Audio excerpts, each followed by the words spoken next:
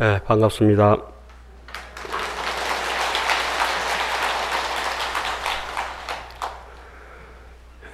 오늘이 불지종가 통도사 하암살림 제46회 하암살림 대법회 21일째 되는 날입니다. 오늘 맡은 품은 십정 십통 십인품이 되겠습니다. 오늘은 이제 하암경 7처 9회 설법 중에서 제7회 설법에 해당하는데, 이 제7회 설법은 다른 회차보다 좀 양이 많아서 11품이 이제 설해지는 품입니다. 천상설법이 그저께까지 끝나고 타자재천 끝나고 어제부터는 다시 보광명전 지상 땅에서 이제 설해지는 품들이 되겠습니다. 여기서 11품 13건이 이제 설해집니다. 제가 조금 전에 이제 청법계 할 때 합장을 하고 이렇게 고개를 반듯하게 하지도 못하고 옆으로 뺐다하게 여러 개 있었죠. 제가 이게 목에 디스크가 있는 게 아니고 제 선배 스님들께서 또 주의스님께서 왕님 하셨으니까 감히 법사라고 앉아있지만은 그 삼배는 받지를 못하고 이렇게 해서 보궁으로 뒤로 다 주의스님 하신 거는 가시도록 그렇게 하고, 그래서 은사 스님께서 어디 법문을 하더라도 어른 스님들 앉아 계시면은 그냥 받을 힘이 안 되면 고개를 빼딱하게 틀으라고 하셔가지고 그게 오늘 문득이 생각이 났습니다. 어떤 하암경 전체 그 설법 중에서 오늘은 이제 제7회차 설법인데, 이 구절은 다 알고 계시죠? 6664 급여 3 111일 역부 1 이렇습니다.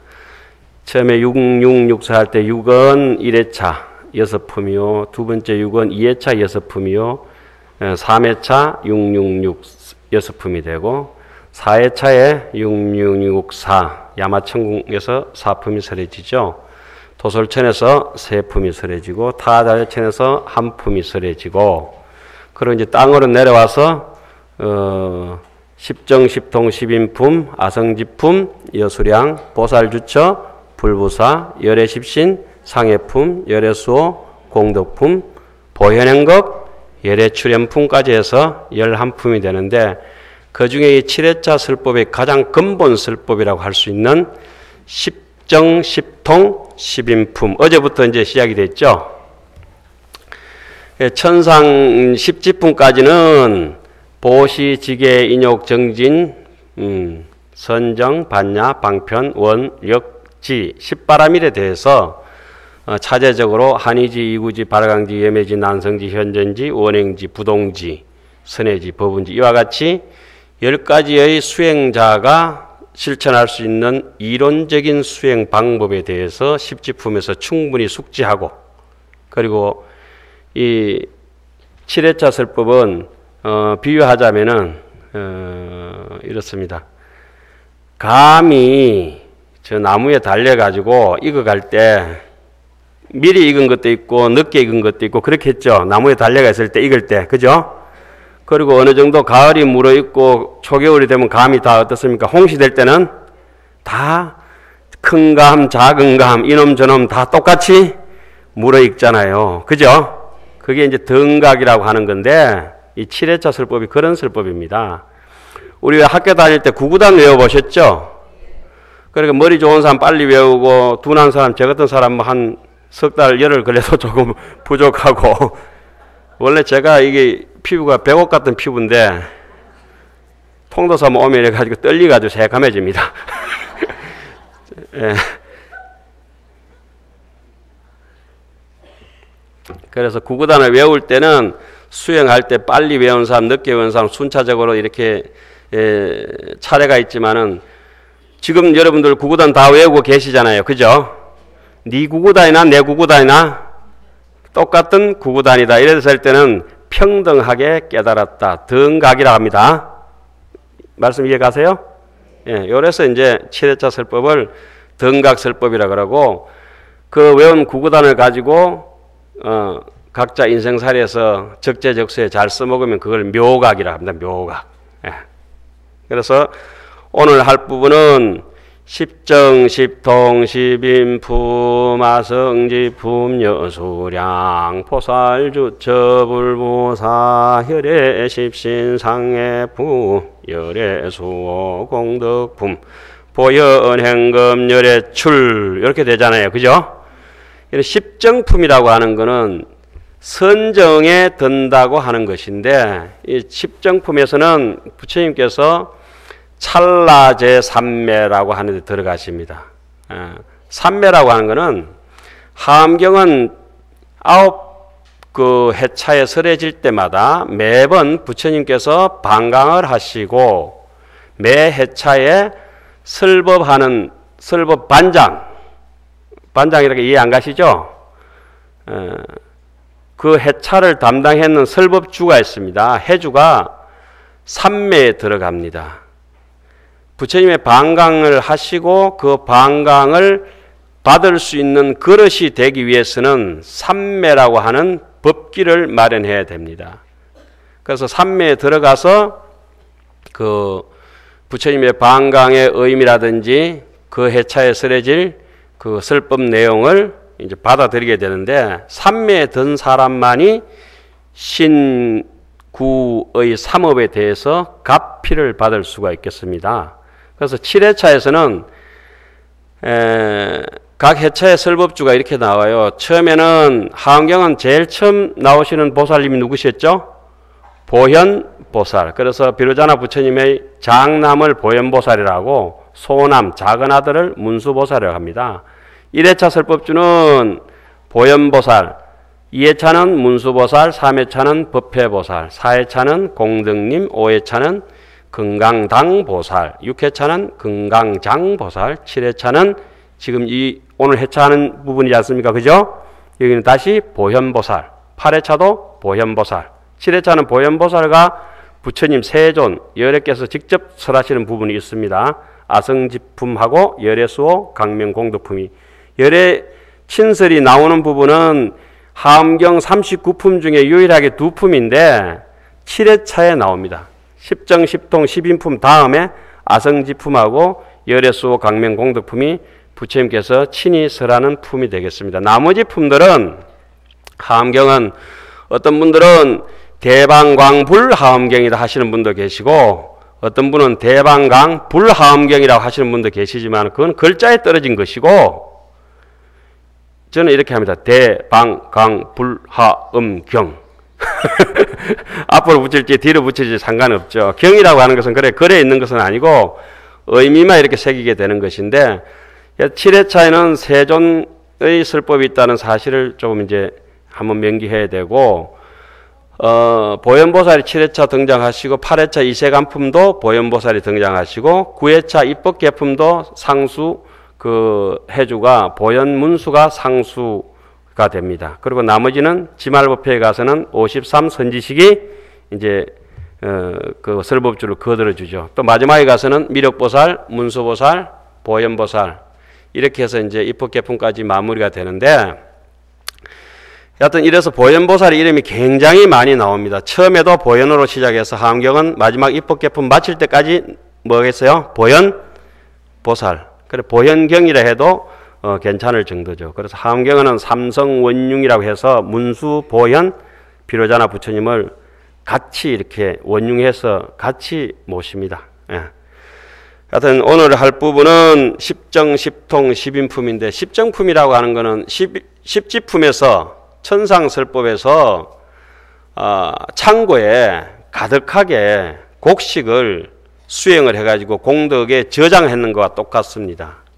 아주 단단한 금고에 많은 걸 저장했는 거죠. 그 많이 저장되고, 예를 들어서 밀가루가 지금 태산같이 이제 창고에 저장돼가 있다. 영양이 된다 이거죠. 영양이 바람일행을 해가지고 인생을 아름답게 장엄할 수 있는 영양이 됐을 때를 이제 십지품까지라 한다면은, 십정품은 그 밀가루를 가지고 흐트러지지 않게 바람에 날리지 않게 반죽을 하는 상태입니다. 이렇게 해야 좀 이해가 하시기 편하겠죠. 마음에 막 밀가루를 저 바람결에 내두면 어떨 것 같아요? 훌 날아가 버리잖아요. 그렇죠? 예? 선정, 삼매, 십정이라고 하는 것은 10가지 삼매를 얘기하는데, 삼매라고 하는 것은 깔아앉지도 않고 들뜨지도 않는 거. 예를 들어서 분한 생각이라든지 한스러운 생각이라든지 또 가리고 덮고 숨기는 거라든지 또 남을 해코지 한다는 거다, 그러니까 고뇌스럽게 만든다든지 또 질투를 한다든지 내 거를 아낀다든지 교만한다든지 해코지를 한다든지 뻔뻔스럽다든지 내지는 뭐 혼침해가지고 뭐 돼지같이 쿡 쳐져본다든지 예.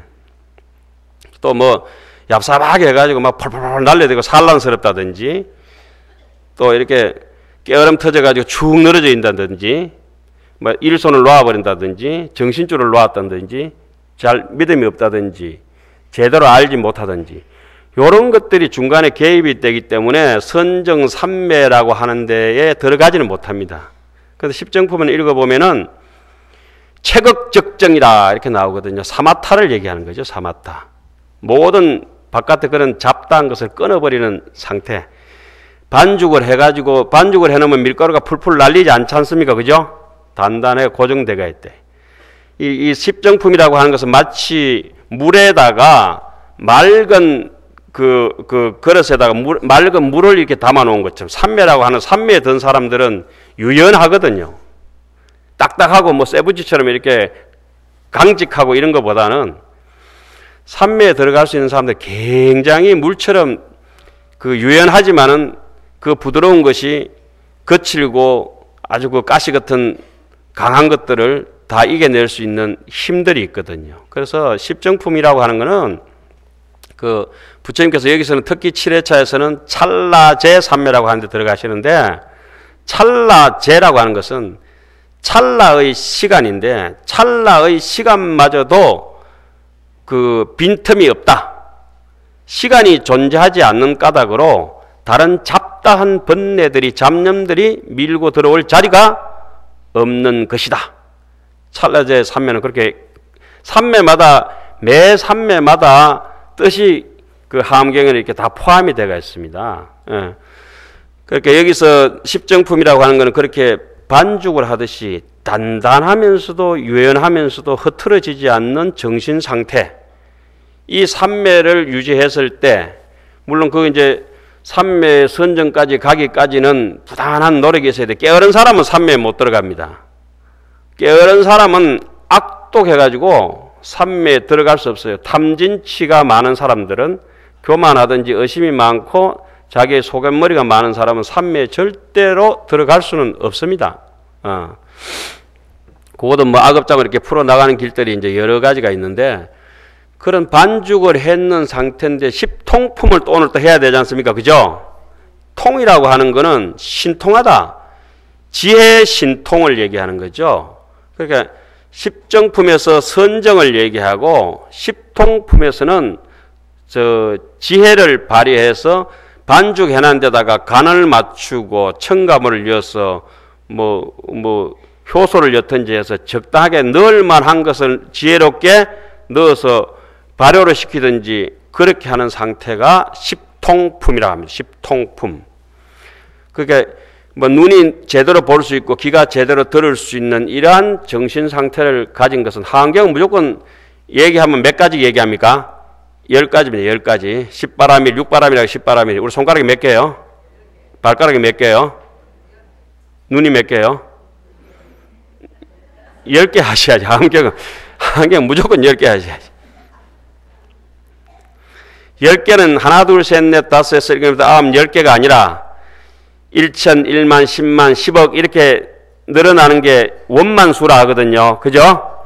10개가 아니라 그 10개는 진공이거든. 그렇게 묘유거든. 예. 그런 식으로 말할 수 없어서 가장 높은 수를 이제 10개라고 이렇게 이제 언급을 합니다. 그래서 그 십정품이라도 백천삼매가 여기 다 있구나. 이렇게 이해를 하셔야 되고. 이해 가시죠?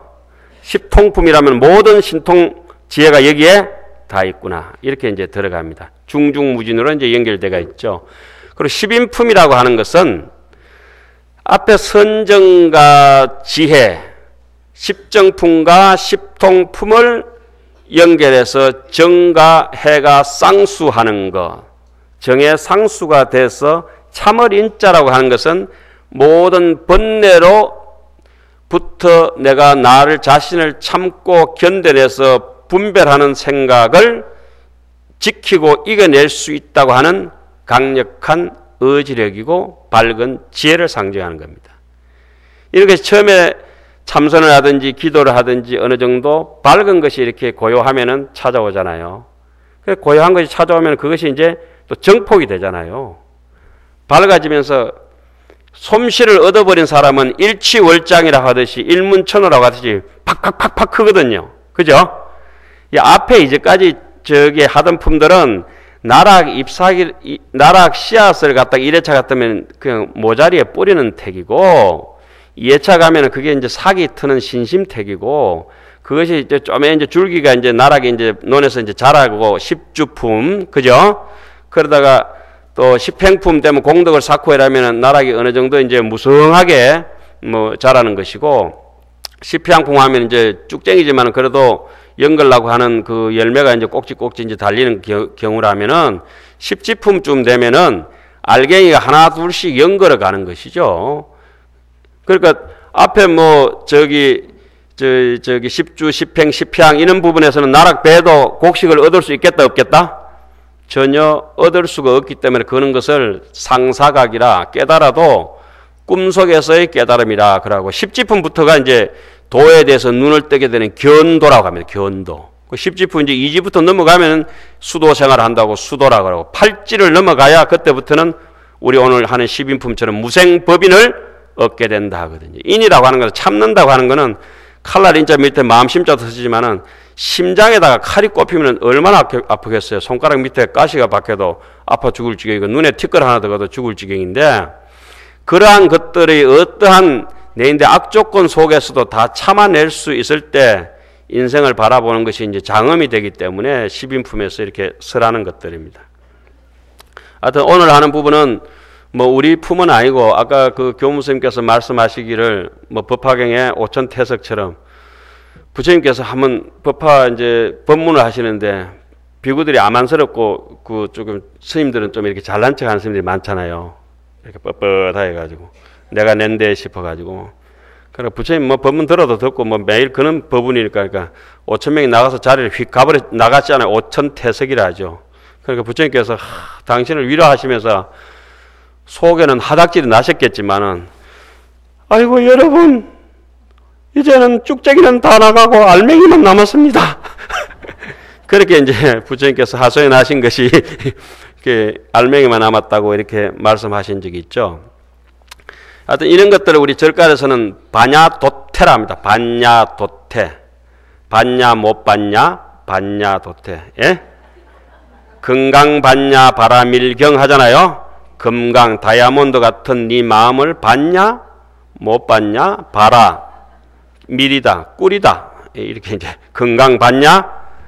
봐라 밀경. 경전을 가지고 농담을 해서 좀 죄송합니다만은 그렇게 우리 심장 속에 있는 금강을 봤냐 못 봤냐 하는 것은 굉장히 중요한 얘기인데 이 7회차 설법은 그러한 경지에 이미 도달해 가지고 있는 것을 가정해가 하는 등각, 묘각, 부처님의 설법이기 때문에 오늘 자리에서는 어찌 보면은 뭐 제가 설할 자리는 아니기도 하지만은 여하튼 뭐 그래도 뭐 오늘 맡았으니까 하기는 해야 되겠죠. 여하튼 그리고 십인품쯤 되면 아까 그 밀가루 반죽 해가지고 십정품 그죠? 십통품 되면은 밀가루를 잘 발효시켜 가지고 십인품 되면은 오븐에 였든지 가마솥에 바위에 찌든지 푹 삶아 가지고 밀가루가 생밀가루가 그 뜨거운 것을 참고 견디지를 못하면 빵도 못 되고 음식이 될 수가 없잖아요. 그죠? 그 참을 인자, 예? 십인품. 뭐 비유는 다 틀린 것이고 그렇지만은 쉽게 얘기하자면은 십정, 십통, 십인품은 7회차 설법의 가장 뼈대가 되는 근본 설법으로서 선정과 지혜와 선정과 지혜를 함께 갈무리해서 닦는 부분이다. 뭐 이렇게 이제 보시면 될 것 같아요. 뭐 어쨌든지 십통 십인품이 그 나중에 이제 그 뭐 본품이 되겠으니까 한번 읽어보도록 하겠습니다. 다소 어려우시겠지만은 이 한문을 해석해서 읽는 것도 좋은데 한문 원문으로 읽고 번역을 따로 해드리도록 하겠습니다. 왜냐하면 우리 한문 원전이라고 하는 것은 대성불교에 있어서는 저기 원전, 산스크리트가 없기 때문에 우리한테는 원전과 같은 개념입니다. 이 시에 세존이 제마갈제국 아란야 법보리 장중하사 시성정가가사 어허보강명전에 입찰라제 제불삼매하사이 일체지 자신통력으로 현열의 신하시니 청정무예하며 무소의지하며 무유반연하며 주사마타하야 체극적정하며 구대위덕하며 무소염착하며 능영 견자로 실득해오하며 수의 출렁하야 불실의시하며 항주일상하니 소위 무상이르라. 여시 불찰미진수 보살마하살로구 하사비불케이 간정지위하며 구 보살행하며 등후 법계하며 무량무변하며 핵제보살의 복연삼매하며 대비하는 일체중생하며 신통자제하야 통어열애하며 지혜심입하야 연진실의하며 구일체지하야 항복중마하며 수입 세간이나 희망적정하며 주어 보살의 무주해탈하시니라. 그때 세종께서 마갈제국 아란야 보리도량에서 비로소 바른 깨달음을 이루시고 보강명전에 여러 부처님의 찰나제 삼매에 드셨다.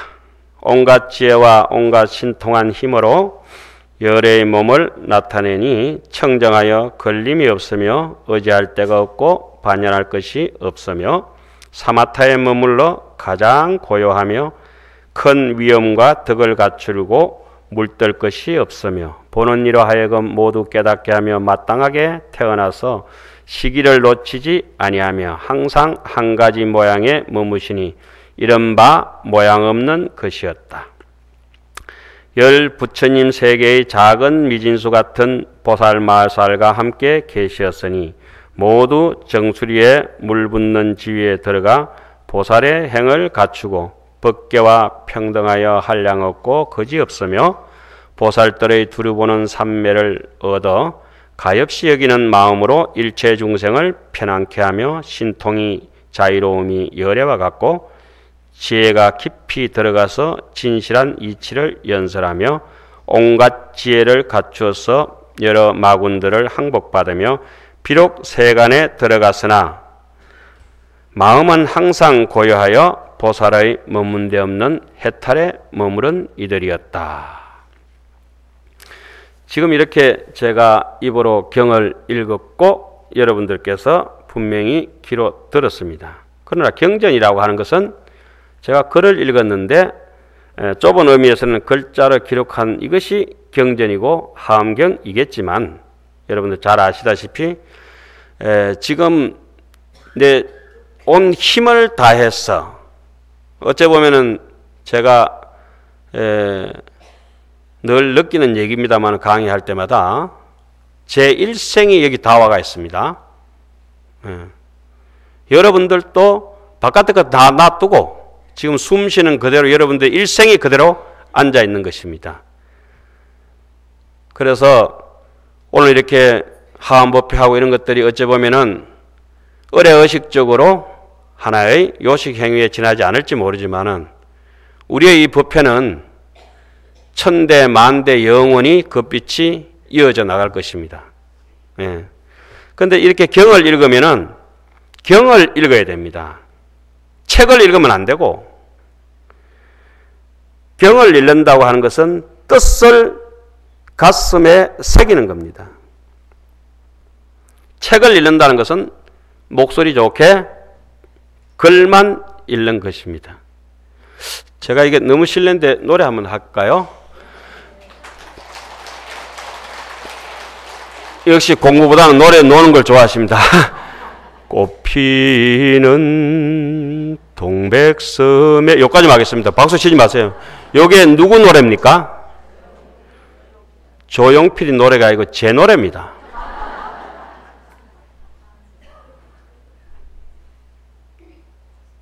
부르는 사람의 노래입니다. 하암경은 여러분들의 각자 하암경입니다. 제가 누굽니까? 예? 금방 힌트를 드린 대로 하암경입니다. 여러분도 하암경입니다.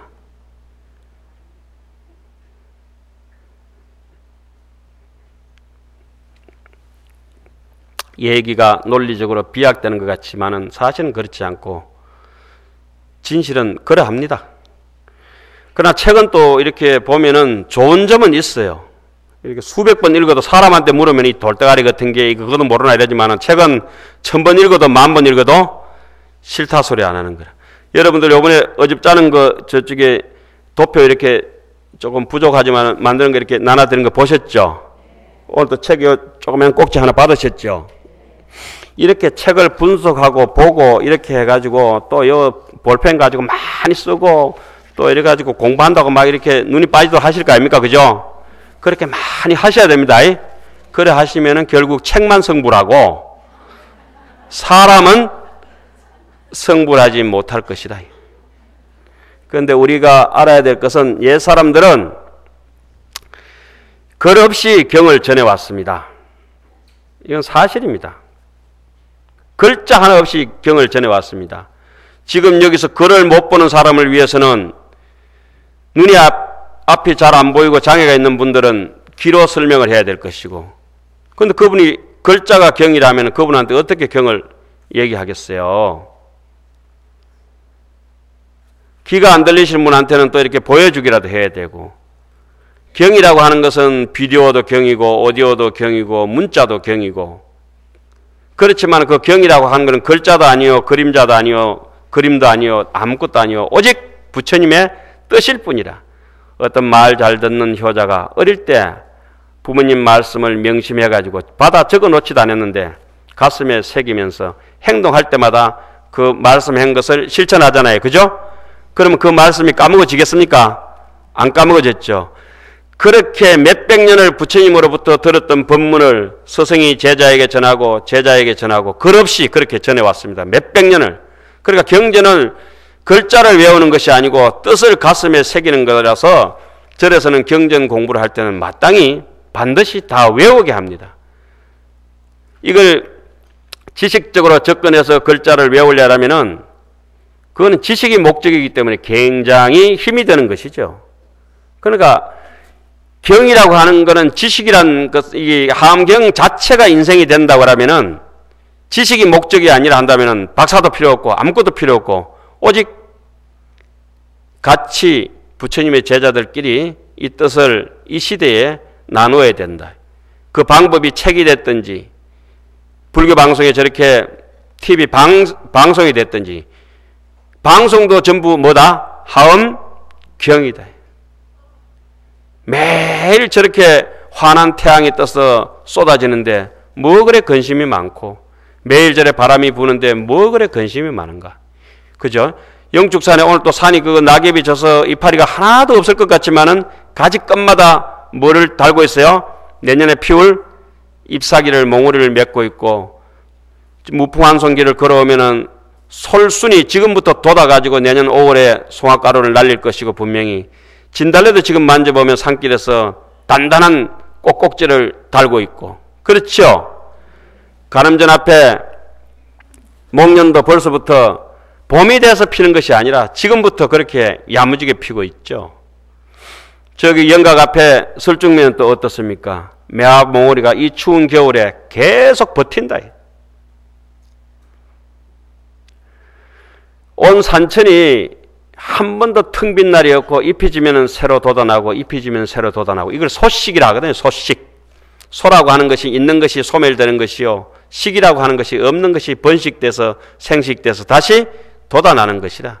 그래서 이런 인연 생멸에 대해서 한 소식 했다고 하는 것은 사라지고 돋아나는 이런 재행무상의 이치에 대해서 환히 생멸법에 대해서 꿰뚫어서 그것이 불생불멸과 둘이 아니다. 이걸 이제 안다는 거죠. 하여튼 이렇게 경을 읽었을 때 경이라고 하는 것은 우리 역대전등 제대조사들께서 가슴에 담아가지고 이심전심으로 이렇게 담아온 것은 기적과 같은 일이고 감동적인 일이죠.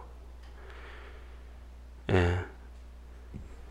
그래서 우리가 이제 대방강불 하엄경 이랬을 때는 백천만급 난조.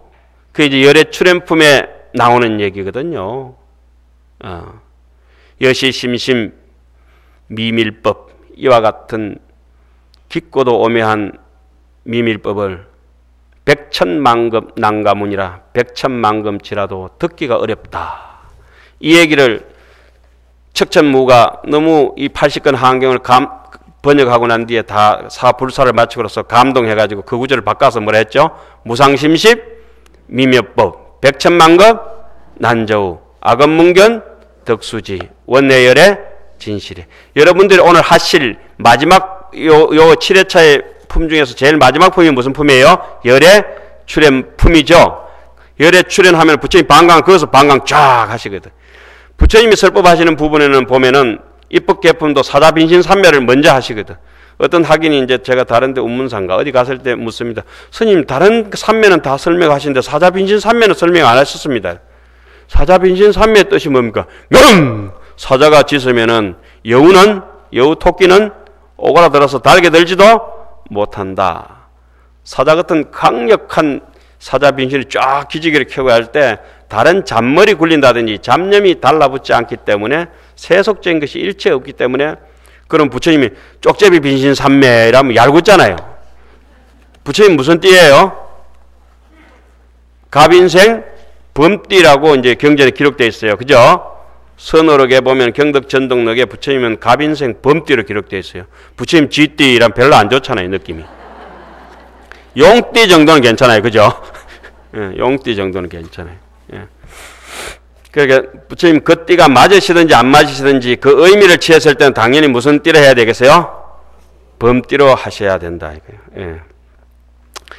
뭐 하여튼 경 얘기하다가 오늘은 이제 오전 시간은 좀 마쳐야 될 것 같은데 이 실제로 경이라고 하는 게 뭐가 경이냐? 우리가 집착 없는 마음으로 인생을 사는 것이 경이고 정직한 삶이 경이고 그렇습니다. 경이라고 우리가 거울을 볼 때 민경이라는 게 명경이라는 게 거울 보면 거울 속에 얼굴이 비춰지는데 거울이 없으면 얼굴 보기가 상당히 곤란하잖아요. 그렇죠? 이 경전을 보면서 이 책으로 된 이 이거라고 하는 것은 거울과 같은 것인데 거울 이렇게 보고 있으면서 그 이제 오늘 좀 구찌변이 다 바르고 오셨잖아요. 이렇게 거울에다가 이제 화장한다고 그래가지고 구찌변이 바르고 막 그렇게 머리 이렇게 해가지고 될 일도 아니고 그 뭐 처사님들께서는 또 거울에다가 면도 한다고 거울 대놓고 면도 하면 면도가 되겠습니까?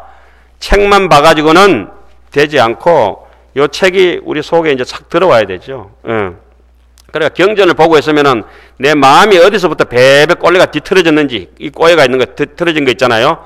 이것이 내가 이것이 잘못됐구나. 이걸 이제 알 수 있기 때문에 우리가 책을 본다고 하는 거는 진짜 경은 진심 근본 마음이고 그 진리에 대해서 기록을 해놓은 것이 경전이구나. 그죠?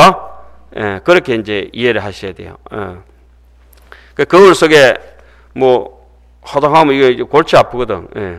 그래 경정을 독송한다는 것은 마음속으로 믿고 감동하고 그래 육조 스님께서는 그 얘기를 해요. 건강경을 천독하고 만독했는데 스님께서는 한 구절만 얻어 들으셨는데도 억무소주 이생기심. 이 세상에 제일 비싼 소주는 억무소주요. 그 뭐 진로소주, 대선소주 이런 거 더 비싼 것이라. 법상에서 이런 얘기 하는 건 아니지만 여러분들은 지금 다른 얘기하면 심각하게 꽉 이래가 있고 우스운 얘기만 하면은 꽃이 피고 그게 이제 바깥의 얘기가 이제 익숙한 거라. 그래 경전 얘기하면 재미가 없는 것이라. 육조스님 그 건강경 서문에 이런 게 나와요. 예, 구수 송경이나 강명이 불생이라. 입으로 비록 사람들이 천독하고 만독하고 뭐 10만독하고 100만독을 하는데 강명이 불생이라. 자기 마음의 지혜 강명의 빛이 나오지를 않는다. 이거. 단지 뭐만 읽었기 때문에 글만 읽었기 때문에 약창계 평생토록 40년 50년 대방강국 하왕경 용서보살 약창계 나무화장세계에 비로자나 진법신 해봤는데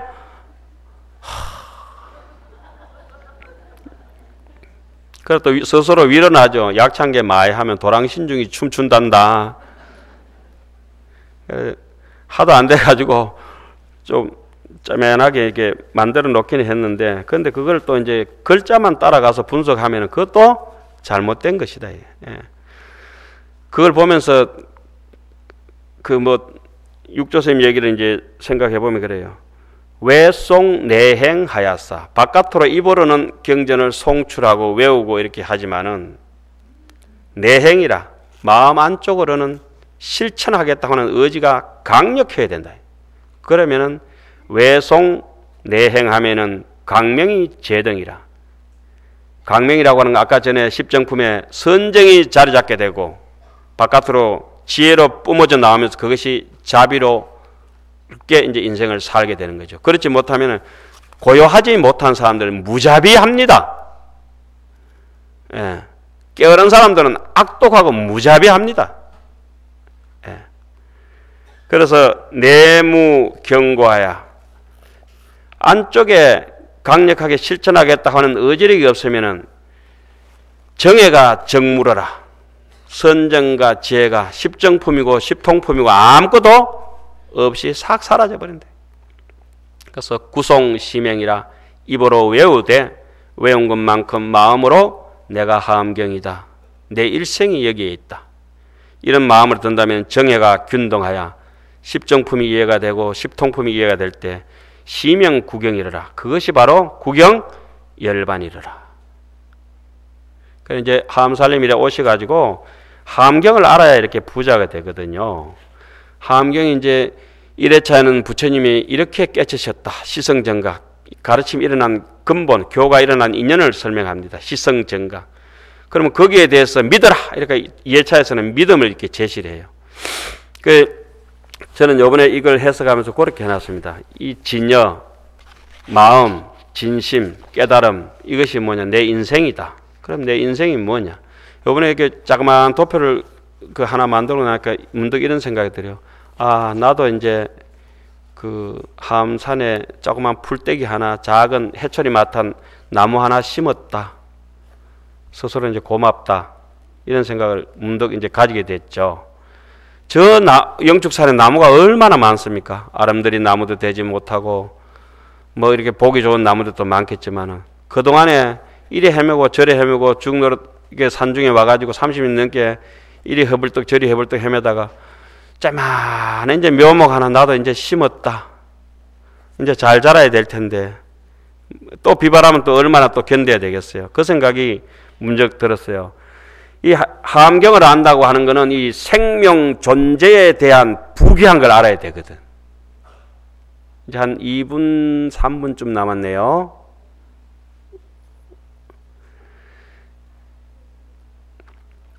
이 생명 존재의 부귀한 걸 알아야 된다니까 뭐 막연하게 들릴 것 같지만은 여러분들 정말 부자입니다. 우리가 이 생명을 유지하고 있는 게 정신을 주관하는 마음을 혼이라고 하고 육체를 주관하는 마음을 백이라고 해서 절에서는 삼혼칠백이라 하거든요. 육체를 주관하는 마음이 7근형에서 작동을 합니다. 하나, 둘, 셋, 넷, 다섯, 여섯, 일곱. 얼굴이죠. 요걸 얼꼴이라고 합니다. 얼꼴. 희로애락이 성질나면 벌게졌다가 겁나면 하얘졌다가, 그죠? 나쁜 마음은 속이 시커매졌다가. 그래서 저는 또 이 백옥 같은 피부 아닙니까? 이렇게. 자, 법상에 올라오면 좀 하얘졌다가 저 밑에 내려가면 또 시커매지고 희한해. 이 생명의 존재가 얼마나 부귀하냐라면은 눈으로 보는 것을 값으로 따질 수가 없습니다. 귀로 듣는 것을 뭐 보태고 빼고 할 것 없이 이대로가 굉장히 부귀한 거죠. 생명 존재에 대해서 부귀한 거. 요걸 아는 것이 첫째고, 거기에 대해서 정확하게 이해를 하는 거, 그 가치를 가지고 실행하는 것을 야마천이라 하고, 야마천군 개참품하고 쭉 나오는 거 있죠? 성야마천공품, 야마천군 개참품, 십행품, 신무진장품 있잖아요. 그 가치를 실행하는 대목이고, 이 생명 존재의 부귀한 것을, 그러면 이 가치를 모르는 사람은 도둑질도 하고 거짓말도 하고 사기도 치고 오만 그 뭐 지옥 가든지 그거는 나중에 볼 일 있고 일단 먹고 땡 먹튀하는 거잖아요. 그 가치를 모르기 때문에 그렇게 자기 인생을 쓰레기통처럼 지저분하게 살아버리잖아요. 잡념통에. 그런데 요 가치를 알게 되면 요걸 어떻게 장엄을 할까 하는 시패양품이 나와요. 시패양품에 가면은 같은 값이면 돈가 홍상이라고 다홍치마라고, 그죠? 어차피 한 번 살아야 될 인생인데 그냥 강력하게 아름답게 이제 자기 인생을 따듬는 거, 생명에 대한 장엄을 하는 게 시패양품이고, 그것을 나중에 이제 매조제해서 딱 정리하는 게 십지품이거든요. 그래서 그거 딱 정리돼 가지고 이 생명에 대한 고귀한 이 부귀한 거, 냄새 맡는 것도 부귀하고 맥박이 뛰는 것도 부귀하고 숨 쉬는 것도 부귀하고, 함경을 알아야 사람이 부자인 줄 알잖아요. 그 가치를 제대로 쓰고 시행품에 실현하다가 그걸 더 장엄을 하다가 법당에 이렇게 우리가 기둥을 받고 장엄하고 이런 것들이 전부 다 자기 생명에 대한 그 거룩함에 대한 존경이거든. 예. 우리가 이제 사시마저 올리든지 뭐 하든지 이렇게 할 때 연부를 거룩하게 하고 뭘 이렇게 저기 범패를 뽑고 이런 것들은 의식이라든지 의례라든지 이렇게 아버님 진지 드세요 하는 것처럼 굉장히 이 법의 진리에 대한 그 존경이 있기 때문에 그렇게 하거든요. 그렇게 안 하면 막상 하는 사람은 아버지 니 밥 물어 이러면 참 볼상사나워요. 그 부처님한테 부처님 잘 아시니까 아시죠? 밥 한 그릇 툭 갖다 놓고 가면 재미없잖아요. 다 그냥 마치 저렇게 따뜻하게 올려가지고 과일 저렇게 아름답게 장엄을 해가지고 그래가지고 그 축원도 아름답게 하고, 이 장엄을 하고 아름답게 하는 것은, 의식을 잘 하는 것은 이 법에 대한 진리에 대한 존경이 있고 인생에 대한 장엄이 있기 때문에 그렇습니다. 하여튼 이 생명 존재의 장엄을 풍요롭게 살고 뭐 그런 것들이 좀 된다라면은 뭐 하루 종일 산을 찾던 사람이 자기가 산마루에 문득 있는 걸 알 것이고, 뭐 여기 통도사 오늘 여기 설법전이 꽉 차 있는 이 법당에서 앉아 있으면서 여기가 바로 통도사인 줄 알아야 되지. 자꾸 통도사 어딨노 이러면 안 되죠.